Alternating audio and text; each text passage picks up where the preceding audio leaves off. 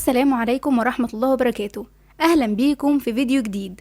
هقدم لكم النهاردة الفصل ال13 من رواية سرداب فوريك. بس زي ما احنا متعودين في بداية كل فيديو جديد، قبل ما نبدأ في الفصل الجديد بتاعنا بعرض لكم الكومنتات بتاعتكم اللي بتجاوبوا فيها على السؤال بتاع نهاية الفصل اللي فات. والسؤال كان بيقول: يا ترى خالد هيلحق يجمع ال400 وحدة بتوع الكتاب في الشهرين دول ولا لأ؟ ودلوقتي أول كومنت معانا من ياسمين عادل، بتقول: حلوة، تسلميلي يا حبيبتي، وبتقول ممكن يلحق الكتاب. والكومنت اللي بعده من عائشة محمد، بتقول: أتوقع أيوة هيجمعهم، وحتى لو ما جمعهمش كلهم هيحط من اللي معاه ويشتريه. وبتقول كمان: أنا زعلت جدا إن أبوه وأمه ماتوا، معلش يا عيوش بقى هنعمل إيه؟ والكومنت اللي بعد كده من غرام، بتقول: أعتقد إن خالد هيلحق الكتاب. بلس تسلمي على مجهودك الكبير ده، ربنا يبارك فيك يا رب. تسلميلي يا حبيبتي، ما تحرمش منك ولا من كومنتاتك القمر دي. والكومنت اللي بعد كده من NS، بتقول: أعتقد إن خالد هياخد الكتاب. بلس أنا مبسوطة إن الرواية بتنزليها تاني، love you. يا رب دايما تكوني مبسوطة وأكون عند حسن ظنكم. وأي حد عاوزني أسجل رواية معينة يكتبلي في الكومنتات وهسجلها إن شاء الله. بلس love you even more NS. ودلوقتي بقى ده آخر كومنت معانا من آلاء الجميلة. وبس كده دلوقتي ما نقدر نبدأ في الفصل الجديد بتاعنا. بس يا ريت قبل ما أبدأ تدعموني بلايك وتشتركوا في القناة وتفعلوا زر الجرس عشان يجيلكم إشعارات بكل الفيديوهات الجديدة اللي بنزلها، وعشان تكملوا معايا بقية الرواية إن شاء الله.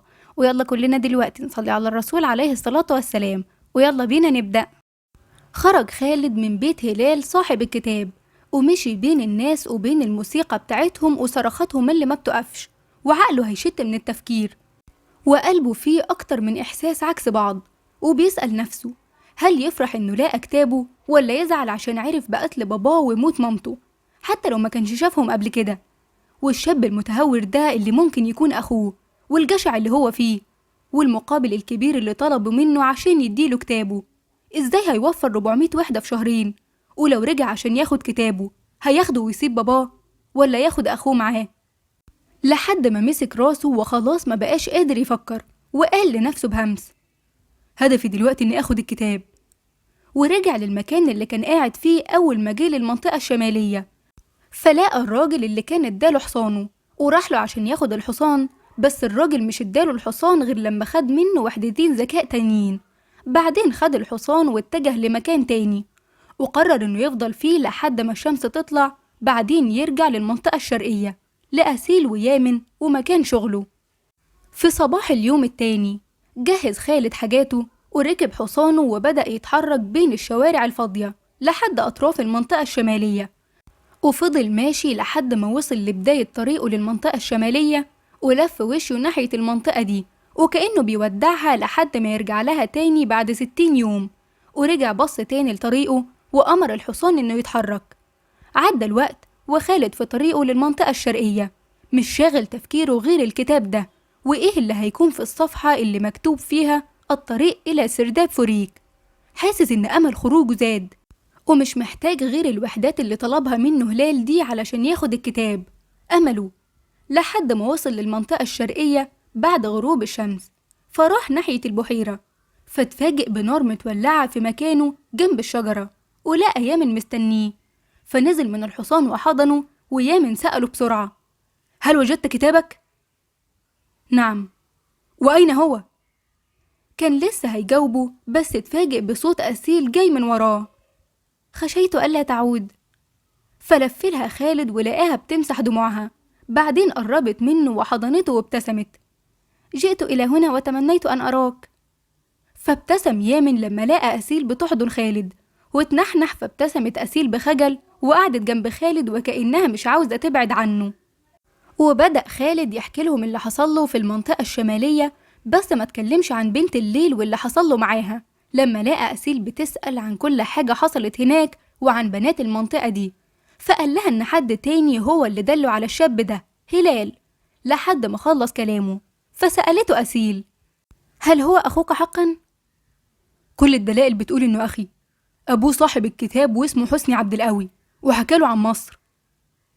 ربما يكون شخصا آخر من بلدك مصر وله نفس الاسم، ولكنه قد لا يكون أباك. لكن الولد شبهي إلى حد ما، صوته يشبه صوتي، لكن طباعه طباع زيكولا.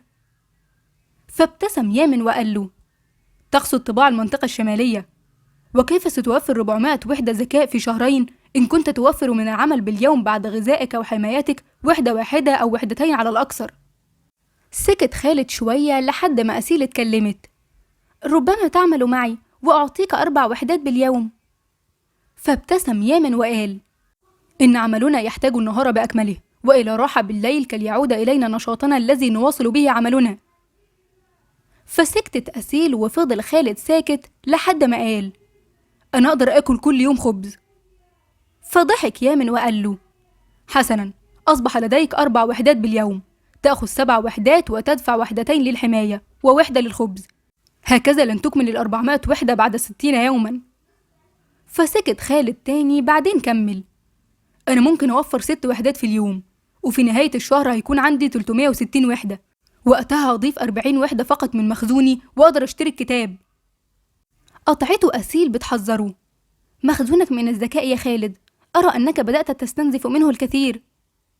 فبصلها خالد بابتسامة وكمل: أكيد هعمل بعد الشهرين لحد ما يجي يوم زيكولا وأقدر أعوض كل مخزوني. فضحك يامن اللي فضل ساكت لحد ما أسيل وخالد يخلصوا كلامهم، بعدين قال: إنك قوي بالحساب يا صديقي، ولكن كيف ستوفر 6 وحدات باليوم أيها الذكي؟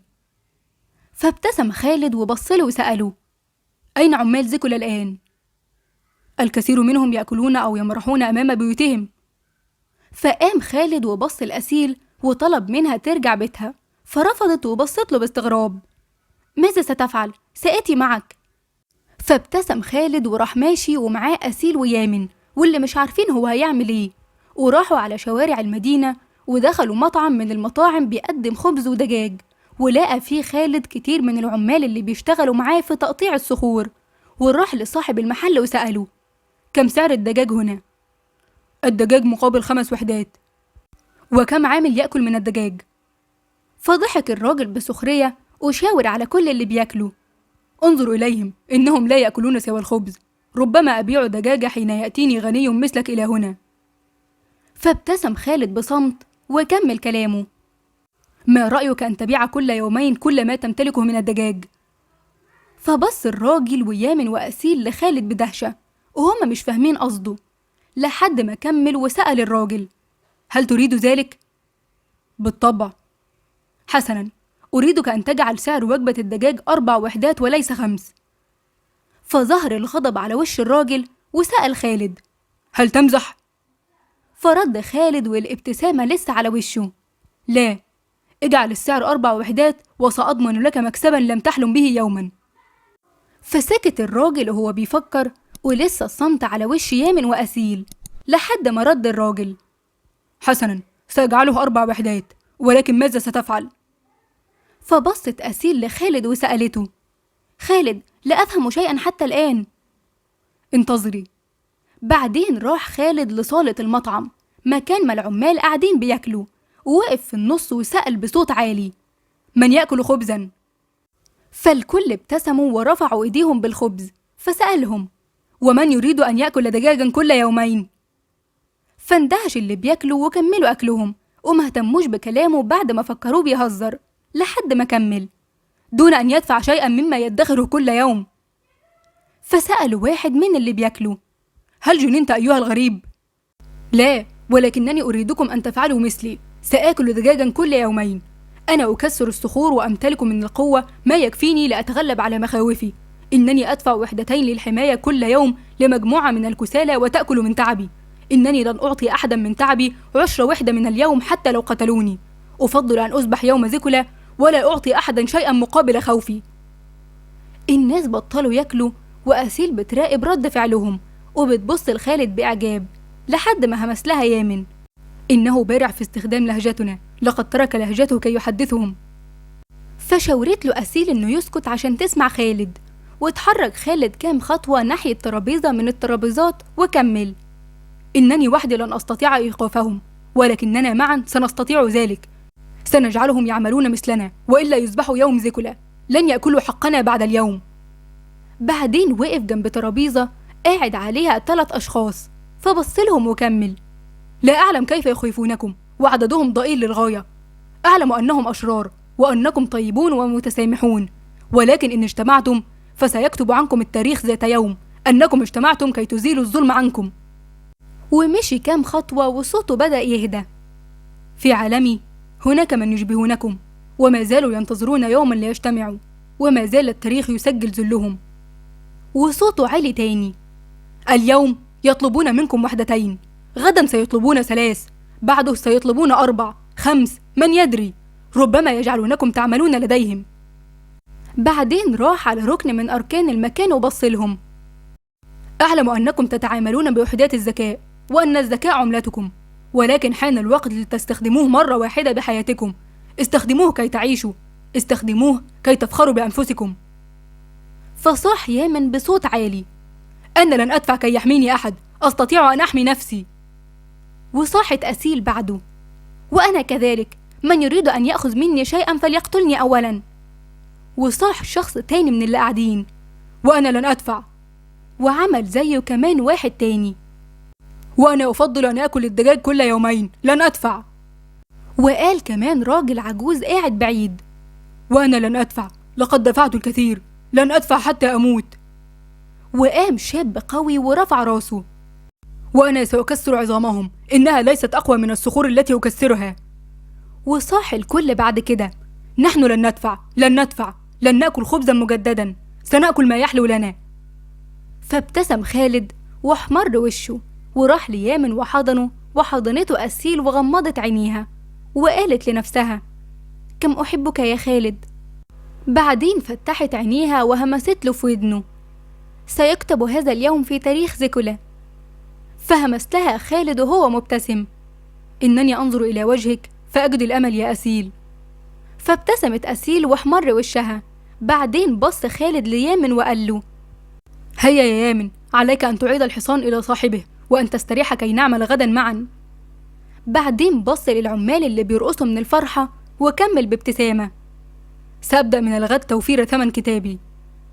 وبكده قدر خالد يحرك عقول عمال زيكولا ويقنعهم إنهم ما يدفعوش الوحدات دي مقابل حمايتهم تاني، لحد ما صاحوا بفرح إنهم مش هيدفعوا، وقعدوا يرقصوا من فرحتهم، وزادت فرحة أسيل ويامن باللي خالد عمله. في اليوم التاني خالد كان رايح على مكان شغله، وهو في الطريق لقى 10 أشخاص من اللي بياخدوا وحدات ذكاء مقابل الحماية واقفين على الطريق زي كل يوم، وقربوا منه عشان ياخدوا اللي هم عاوزينه. فابتسم خالد وكمل في طريقه لحد ما واحد منهم وقفه بعنف وزعقله وقال له: هيا ادفع وحدتيك. فابتسم خالد تاني وكمل في طريقه، فوقفوا الراجل مرة تانية وطلبوا بالوحدتين تاني، فرد بكل برود وقال: أنا لن أدفع. فالرجالة اتعصبوا، وواحد منهم ضحك بسخرية وقال: لن تدفع؟ نعم. فقال الراجل بغضب: أتعلم ماذا سيحدث لك؟ رد خالد بابتسامة: لا. فالرجالة كلهم اتعصبوا أكتر، وكانوا لسه هيضربوه لحد ما اتفاجئوا إنه بيشاور على دخان كثيف في الجو، وضحك وقال: انظروا. فبصوا للدخان اللي فوق وبصوا تحته، لاقوا مئات العمال وفي ايديهم الفؤوس بتاعتهم وآلاتهم اليدوية، ويامن بيقودهم وبيقربوا منهم، لحد ما خالد قال: عليكم أن تهربوا وإلا ستدفعون الكثير اليوم. فصرخ الزعيم بتاعهم لواحد منهم وقال: اذهب لتجلب الآخرين. ولسه ما كملش كلامه كان واحد من العمال قرب ورمى فاس لخالد، فابتسم خالد ومسك الفاس ولوح بيه في الهوا، وقال بصوت عالي للعمال: إنهم لا يصدقون أننا لن ندفع لهم من اليوم، علينا أن نثبت لهم ذلك. وراح ضارب بالفاس بتاعه واحد منهم، وبمجرد ما عمل كده بقية العمال كلهم صاحوا ونزلوا ضرب على بقية الرجالة، وكأنهم كانوا مستنيين اليوم ده.